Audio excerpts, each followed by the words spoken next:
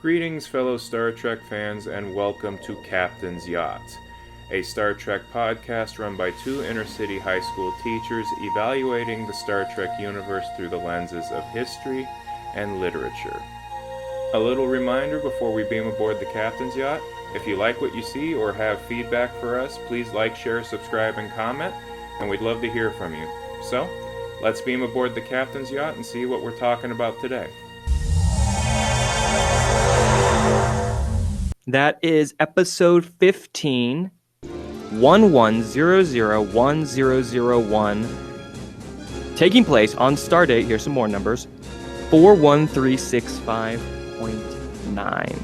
Bravo! Okay, so what's going on in this one? What's happening here? The Enterprise docks at Starbase 74, which is definitely not a reused prop from a movie, but anyways, the Enterprise docks at Starbase 74 for upgrades and repairs. A mysterious species known as the Bynars assists in the work, only to later hijack the Enterprise, taking it back to their home world of Bynars. So what genre are we getting into with this episode? This is kind of like a mystery heist, is kind of what I feel like the general dressing is. There's the heist, as in the Bynars very slowly taking over the ship, and then actually succeeding there. And, the mystery aspect of why did they do it and all that good stuff is solved by the end. So this uses a ton of tropes, both from science fiction and, of course, anytime we get a holodeck scene, we're going to get tropes in that too. So we get an auto-destruct countdown. We get a call to abandon ship. We get a call back to the last holodeck episode where my guy, the literary and historian Waylon, was shot in the gut and almost died on the holodeck. And then we have a woman in the red dress. We have discussion of EMP knocking out like the Bynars computer system. And we have the discussion of biological computer interface, probably for one of the first times here. We'll get that with the Borg later, but with the Bynars all linking up to their mother computer back home. So, Captain Kanaka, let's talk. What's going on behind the scenes in this one? What do we know about its production and development? You said biological computer interface, and my inner adolescent started chuckling a little bit because that plays a role into one of the awards this episode's getting. Anyhow, awesome. Yes, this episode was originally supposed to be released before Big Goodbye. There's even a line in the Big Goodbye about the upgrades to the holodeck happening. Oh. Yeah, but it's interesting because there's more references to Big Goodbye in this episode and how it's very clearly the aftermath of Big Goodbye. Yeah. But that's the behind the scenes that I have here. Really nothing earth-shattering there in terms of details, but pretty good. In terms of deep cuts, do we want to talk about that? Yeah, I think it's time. Let's get into it. Why don't you lead us off? What's working in this piece for you? So in your genre, you talk about mystery and heist. I would actually venture another possible genre and say buddy cop to a certain extent. Nice. Yeah, break it down. Kind of a buddy cop between Picard and Riker. They're both, Picard and Riker have to work together and risk their lives to solve the problem. They have discussions as to how do we beam on the bridge when we can't get on the bridge. You know, that's kind of buddy cop adjacent banter where it's like, you go this way, I go that way. We'll see each other on the other side. I kind of get a vibe from that. Yeah. To a lesser degree, it's a character study because these characters are more or less on shore leave, at least for the first half of the episode. Absolutely. So time is dedicated, which doesn't necessarily help the plot, but it helps inform the characters, where you see what each person does on their when they're not on active duty. Picard says he's going to read a book in his quarters. Wow, how exciting! Yeah, woo, go you. Riker tries the holodeck, doing something he likes. Worf and Yar play Parisi squares. You take a glimpse at Worf's super Type A Klingon personality, and it comes through on full display. The line, "If winning isn't important, then why keep score?" Facts. That was. Whew. That's that's interesting. Yeah. Data paints, and LaForge attempts to teach him. Riker shows off a sense of humor with his blind man teaching an android to paint must be worth a few pages in somebody's book. I Yeah, that love was that pretty line. flippant, wasn't it? Yeah, that's great. It's good. It's good humor. Riker doesn't. His humor and himself as a character doesn't. It comes into fuller focus here in this episode, and I definitely like that.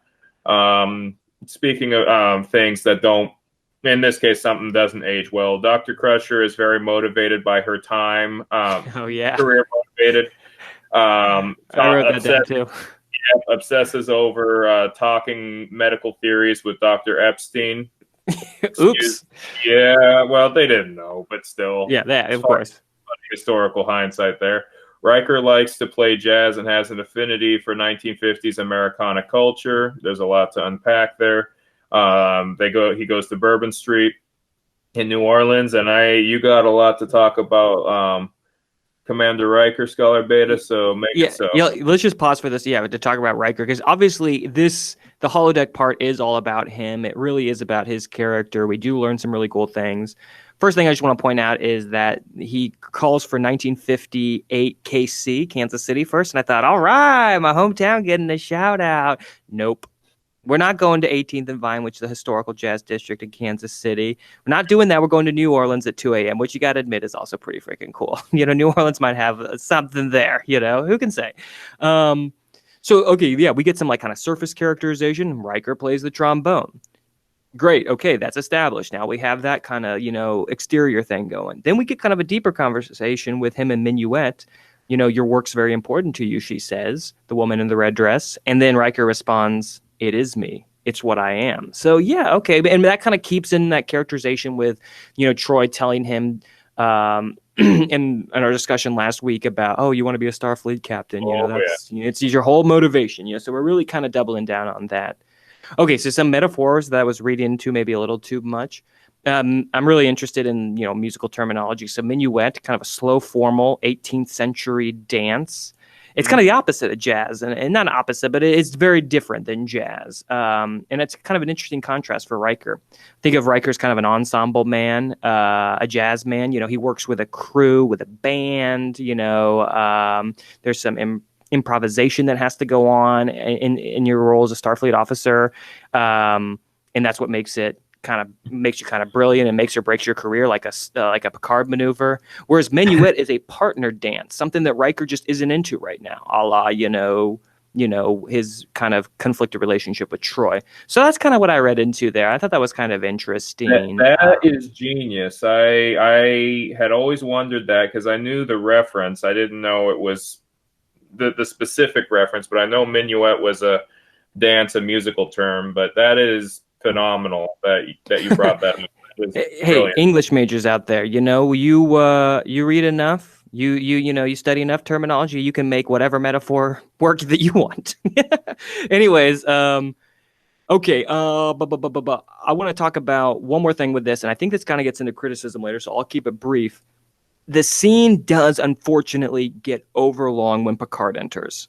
That's the only bad part, I would say. I love everything that we learn about Riker, his motivation, about Minuet, about the holodeck upgrades. I like how they sometimes marvel. They treat Minuet as real, and then they talk about her as though she's just a hologram. I like all of that. I just think that Picard does make it a bit overlong, which is interesting. And okay, one other thing I was thinking about too was that this might be a little metaphor too. The Bynars connect their entire lives to like a mother central home computer. And for a minute, Riker got to realize just how powerful, emotional, evocative, convincing, computer interface is. It's not like brain computer interface. It's more like holographic computer human interface. But I kind of like that too. We really got to see, really powerful technology at work. And I don't know. I just thought that was kind of cool as well, and a connection to the Bynar. But what else are you thinking about this episode? I wanted to break and talk a lot about Riker, but what else are you thinking in terms of, like characterization and such? So all these little character scenes probably run about 3 minutes each, but it informs their character in such a brilliant and endearing way, which is something that New Trek sorely lacks. Just immensely. You need little quirks like that. And you and I kind of have the same perspective on the Bynars, so I'm just going to give this a shove, and then we'll see where it goes from there. When I was watching this yesterday in my half comatose state because of this week, two words came into my mind, two phrases rather: benevolent Borg and primitive Borg, because in both cases they are integrated between organic material and technology. But the difference between the Bynars and the Borg is the Bynars use it for generally positive effect, not conquest, but improving what already exists. The Borg definitely don't. So what are your thoughts on that, Scholar Beta? I want to say right here, the Bynars are pure awesome. They're my favorite alien that we've run into thus far. I'm thinking of like kind of some, what are the kind of, we've seen some with Lonely Among Us. Wasn't really impressed by the snake and the dog aliens. We saw the Traveler, and I hated his puffy hands, and I'm really sorry to keep bringing that up, but it's just, when my eye catches something in set design that I don't like, I'm gonna whine about it on a podcast. Anyways, so to me, their look, I love their look. I honestly do. I love that they're in pairs. I love their backstory. I just think it's pure awesome from costume to concept is what I put in my notes. Just very cool. And I'm getting a lot of Borg precursor vibes. So, and something I like to think about, dang, what a cool story or movie that would be. Imagine the stages of Bynar civilization before they all linked up to the mother computer. Do you think that was a peaceful transfer and process? Do you think there was revolution? Do you think people were forced into it and then overthrew and made it benevolent? You know what I'm saying? Like, I just think there's some fascinating things there. I don't think the Bynars ever come back. But if I were writing a Star Trek TV series, I would definitely put Bynars maybe at the con and the helm or something like that, because I just love them so much. I think they're great. I think they're a great concept. There's one last thing. There's a quote where the Bynars say that their transformation to be reliant on the mother computer or everyone linked up to it, quote, happened over a long period of time, quote, and there were a few disadvantages. And that's all we get. Wesley's like, wow, there must be so many advantages. They're like, well, there's a few disadvantages. Well, we're going to find out about a big one at the end of the episode, Yeah, what's up, my friend? So I have a theory. People use technology, and this is the general vibe I got from the Bynars back when I saw it. They use technology, and they got to the point, and part of this is because I'm reading Dr. Michio Kaku's book, The Physics of the Future. Whoa. They found the use for technology, and then they realized that if they tinkered with their own biology and augment it with the technology, they can go better. So while the peaceful transition or the revolution are really fascinating concepts there, maybe it's more of a practical and pragmatic issue where over time they augmented themselves, and because of computers and because we're talking about 1980s computer technology here where everything's binary, they weren't even at the quantum realm yet. That's the vibe I got from them, where they kept using technology like us, constantly using social media and stuff like that, to the point where it was, hey, why do we have hands when we can just plug something in and we can communicate that way? Why do we talk when we can send a lot more when we basically put Facebook in our brain? Yes, Scholar Beta. And you're absolutely right. I think something that's cool right now to think about with this episode is our society actually really does live online right now because of this pandemic. We're teaching online. We're buying online, which we would have had already been doing. We're conferencing online. We're basically online. Exactly. It all lives. A ton of our civilization, our society lives online. Yet, what's terrifying about that is that we really don't have any control over that world or any democratic stake in how online works. That's currently a aristocracy of Facebook, Microsoft, Verizon. And that to me is when I thought about that, I thought, dang, that's terrifying that they own the mother computer, so to speak. And it's their decision making on how what the mother computer does, because the people that are making our laws in the Senate and the House of Representatives don't have any idea how mother computer works. Nope. They have no idea. So I just think what's really fascinating is, there's definitely some parallels to what's going on right now. But when I look at what kind of how we're going, to me, that's dystopia. and how the Bynars evidently they pulled out some type of utopia almost. I'm assuming. But I like going your route where it just made sense to augment and keep building and adding, and there must have been some trust and process in there, and then over a long time, boom, that's where we ended up. It wasn't like an overnight revolution kind of thing. So I like that interpretation a lot that you brought up. There you go.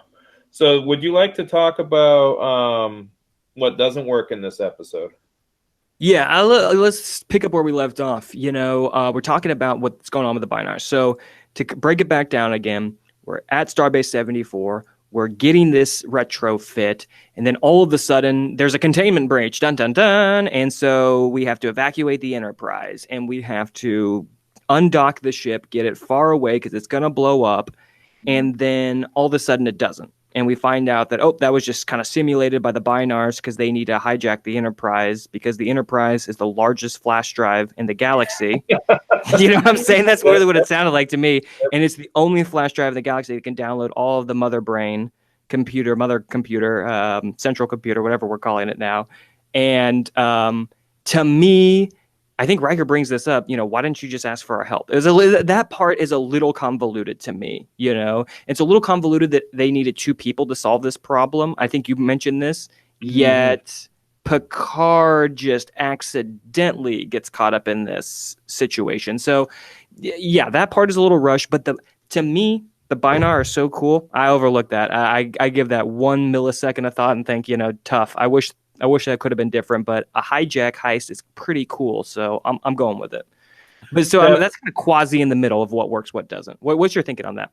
So much like data lore, there are certain story elements and plot devices which if you take a look at them at face value, it's serviceable to the story. But if you really scrutinize them, it causes the episode to buckle, but not necessarily collapse. So somehow Minuet, this hologram, knows Riker when she shouldn't even know these sorts of details about Riker, even given the Bynars' exceptional programming skills. There are certain aspects, certain insights into Riker's psyche, which she shouldn't know. Can you give me an example of one? What are you thinking?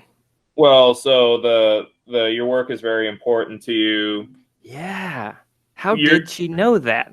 And you're dealing with species, talking about the whole, the Bynars, the convoluted, they had to steal the ship to accomplish their mission.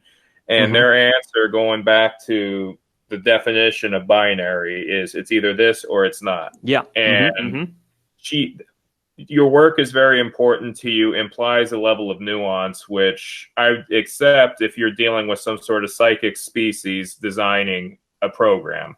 But the Bynars clearly aren't. They reason in a binary way. And the fact that Minuet has that kind of ability to tell nuance and subtle stuff, again, if you don't think too much into it, it works. Just like with data lore. The up to scrutiny, again, not really bad, but just something that I think is worth mentioning. Yeah, that is interesting. After the Enterprise leaves the starbase under Bynar control, the computer gives an expository dump in a way that doesn't act like computers do in Star Trek. The computer actually becomes a human and is able to answer things and a yes or no and be able to use intuition to a certain degree, where I was anticipating, because I take a look at how Star Trek handles things, and when somebody asks a rhetorical question, usually, or things that require a less concrete way of looking at things, computers will crash and go, I'm not authorized, or that's an invalid entry and stuff like that. And there's a little bit of Picard asking questions that a human can answer, but a computer, as established in Star Trek, may struggle with, and the computer is able to issue it, because answer the question with relative ease, because, and Maurice Hurley wrote this episode, because this serves the purpose of giving exposition out, and internal consistency is not as important. Again, really small, but it's worth mentioning. Also, Oh, you have something here. Um, Hmm. if you want to take it about the hijacking. So okay, I was thinking, I'm sorry, my brain kind of went back to the Minuet part. Can we talk about that for 1 second again? Go ahead. So like on the one hand, I guess I read Minuet as either giving a kind of canned response, your work is very important to you. Like we as the audience know that is true for Riker because we've watched, 13, 14 episodes up to this point. Um, so at first I thought that was just kind of a generic, algorithmic response, pivoting conversation to personal, pulling up this, let's see if this works. And it happened to work. Then I thought, oh, maybe actually not. Maybe this is Bynar technology where they can now on the holodeck have the computer read their mind or interface with their memories or mind somehow in order to make it as real and believable as possible. So Okay. I was that's what I was trying to figure out, like, to what degree are the Bynars upgrade responsible for this? And because Mm. Minuet kind of is like what's the word? I was about to say fountainhead, but that's not even close. It's she's like the mouth or the representative or the ambassador of the Bynars, and like explains things to Picard and Riker later. Um, so maybe, yeah, they programmed her specifically, or I'm not really sure. That's kind of ambiguous. Yeah. So I just want to kind of roll back to that. The only thing I was thinking, oh, sorry. So that's happened, and then right after, we meet Minuet and all that, the Enterprise is hijacked, and to me, it really does kind of feel like it goes out of nowhere. It comes out of nowhere. I'm wondering if that could have been telegraphed a little bit more. Like, could Troy have picked up on something? Could Data? Yeah, what's your thoughts on that? Kind of got the vibe that it was telegraphed at the end of the first act, where you have Wesley looking at the Binar suspiciously while they dismantle the isolinear chips in the computer, and there's a Yeah, little sting. I kind of got the vibe that it was sufficiently telegraphed, but then interesting. Yeah, I a red herring. There's a lot of red herrings in this episode yes. where I think he looks at them and he's curious, and then you have the suspenseful music, then the credits, then the next time you see Wesley Crusher, he that suspicion is replaced with curiosity, and Yeah. it's meant to throw you off. But I got the vibe that right at the end of the first act break, they were up to something.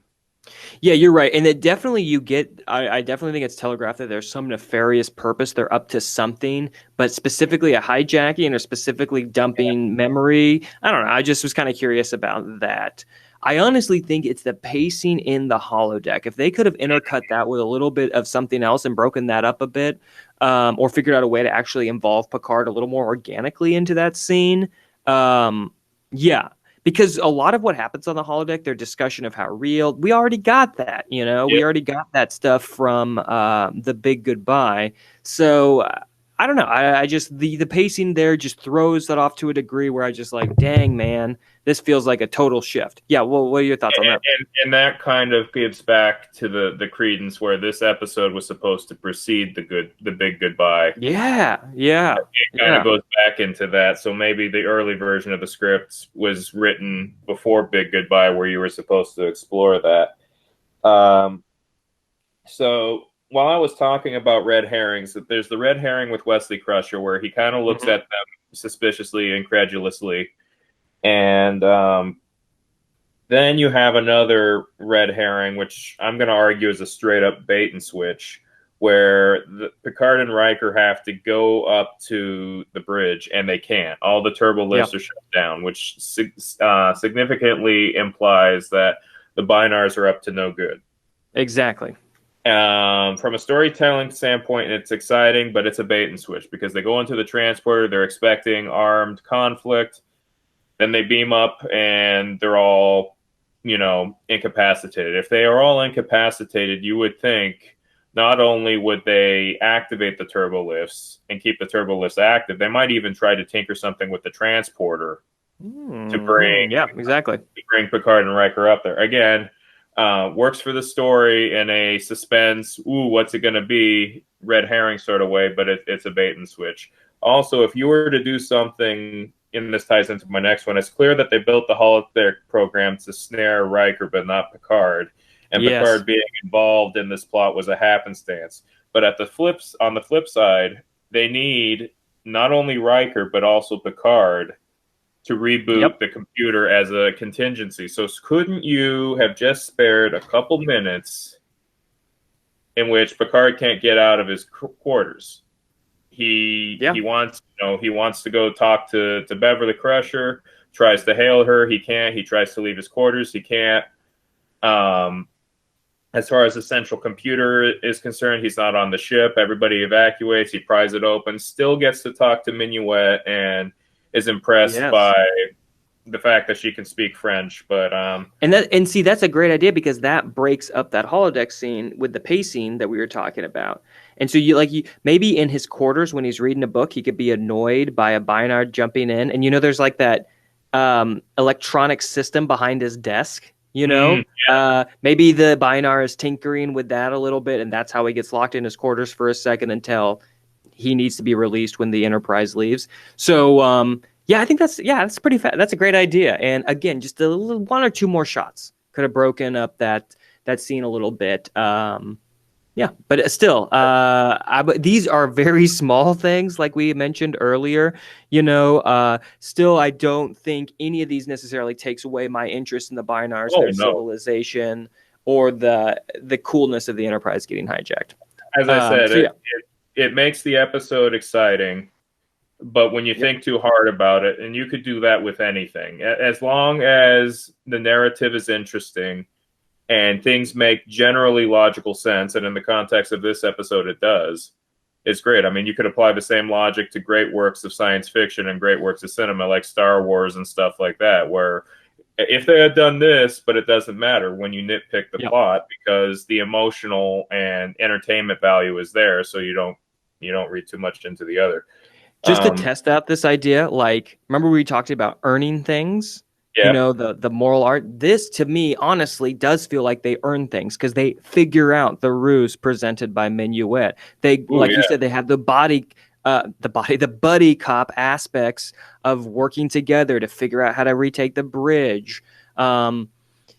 They're tricked in a pretty significant way, and even Data's tricked, and that feels like, oh man, that's a tri-fail cycle right there. That feels very real and legitimate when you're tricking Data and succeeding in that regard. So to be honest, where this one succeeds, it's because these people actually earn these moments, so there can be these little plot holes, but the characters are still within character. They're still within pretty good logic within the world of Star Trek. And I just, again, nitpicks, but important to bring up for the sake of conversation of Star Trek. Oh, yeah, definitely. And I definitely agree with you that this is all earned. Should we get into first and facts? Let's do it. Wonderful. So, the song Riker plays on the trombone during the holodeck scene is something called The Nearness of You, which is played once more when Riker re-enters the holodeck at the end of the episode, when Minuet, as he knows her, disappears. Yep. We talked about, how people keep track of things, how the writers keep track of things. Many seasons later in Conundrum, where Riker's memory is erased, he finds a trombone and plays the first couple notes of that song as he tries to remember who he is. So again, internal continuity is super important there. I wouldn't have thought about that. Hit it. Yeah, and Minuet comes back too in that episode, Future Imperfect. So this seeds a couple things from Riker. And Minuet, you got to understand where she comes from in this episode for that reveal in Future Imperfect to make the most amount of sense. Great catch with both the song, that's very subtle, and then coming back, awesome. And then that connection to Conundrum, another favorite episode of mine. Commander McDuff, where do you come from? What are you doing on the bridge, Commander McDuff? I've never seen you before. Yeah. One of these things is not like the other. Exactly. So also the song I Remember You is heard in the background during the Picard and Riker scenes in the holodeck, and that song is also played in Star Trek 3, The Search for Spock, where it's in the space bar where McCoy tries to get a drink and also charter a space flight. They play that song again. So interesting little reference there. Absolutely. So in terms of episode awards, the Picard Facepalm Award. So this is one, as indicated earlier, which is given to an embarrassing detail of an episode. There Yeah. is a lot of extremely potent sexual tension between Riker and Minuet, which opens up a lot of really strange existential questions about holograms. A Yes. lot of awkward conversations, a lot of jokes about holographic rights. I'm just going to leave it at that. You can dig as deeply into that as you'd like to get Freudian about it, but that's my little facepalm. There is one of those when I was. There we go, almost out of time there. So that whole scene where he goes, "How far could this go?" It's just like, ooh, yeah, please don't. This is primetime television in 1987, so there you go. But I'm sure. I mean, we just had Data and Tasha Yar, a mere 12 episodes prior? No, 14 episodes ago or something like that. So yeah. Interesting. All right, can we do some interiors and matte paintings? Let's hit it, and we're past beam out. So excellent. Okay, so here we go. We have back-to-back matte paintings, my friends. This is very exciting. This matte is Starbase 74, the Enterprise docking, and that happens to also be our first Enterprise interior. So we have, we got this awesome matte painting. You never see the Enterprise dock, and we never see people physically actually leave the Enterprise. That's always by shuttlecraft or by beaming. So that's really interesting. So I love that matte painting. Looks great. Beautiful Blu-ray, but also looks really great on DVD as well. So again, as I was saying, the interior I want to look at, I got a couple. First one is the airlock itself from the Enterprise side. There you got the hatch, and then you actually have the Bynars coming through, and Picard and Riker welcoming them. And then the only other thing I want to say with interiors in this one, this episode has a ton of shots of the hallway and the corridors. So many. Like when they're abandoning ship, they just put that camera and they follow people around those hallways. When Riker and Picard are realizing it's abandoned, they just walk around in the hallways and realize nobody's there. So I just want to highlight the corridors and interiors, which is on the same stage as the battle bridge that I brought up in episode 1 of our podcast. So yeah, love those interiors, love what they look like, and I especially love the weapons room. We don't get to see it, but we get to see the door. So you had no idea there was a weapons room on the Enterprise, at least I didn't, and now I do, and there it is. That's all good stuff there. The ominous sign that says weapons room is one of my favorites of this episode. Especially considering, I wonder how Roddenberry would have reacted to that, because he was the one who said there's no military in the 24th century, which kind of breaks the entire Star Trek concept. So it's interesting to see how he would have reacted to that. So we're wrapping up our episode here. Next time on Captain's Yacht, we have Too Short a Season, When the Bow Breaks, and Home Soil. We'll be reviewing those 3 episodes coming up, and we got big thank yous as we head back and finish up our episode here. So let's talk thank yous, Scholar Beta. As always, want to shout out Memory Alpha, helped me name check and find out Riker's brief love interest in the episode. Angel One, thank you for that. Also want to shout out Trek Core. Love reading those scripts. I have no idea how y'all got those, but those are great. Love reading those. Taking a look at the screen caps, comparing the Blu-ray with the DVD. Someday I'm gonna get a big payday and I'll be able to afford those Blu-rays, but not today. Not during the pandemic, that's for sure. No, and of course, biggest shout out, biggest thank you is to everyone listening, folks commenting, and just those who love Star Trek. Want to shout you out. It's that community that put together Memory Alpha, that maintains Trek Core, and fuels the captain and I to do this week in and week out.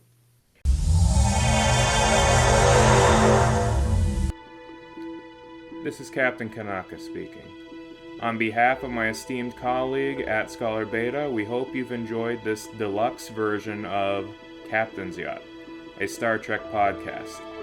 This is a podcast done by two inner-city high school teachers learning how to make a podcast so we can teach those skills to our students in the fields of social studies and English language arts. If you like what you see and like to see more, don't forget to like, share, and subscribe. And as both me, Captain Kanaka, and my colleague Scholar Beta are new to the podcasting realm and the video production realm, please give us any feedback you deem appropriate. We could definitely use it. So, with that said, live long and prosper, e malama pono, and see you next time.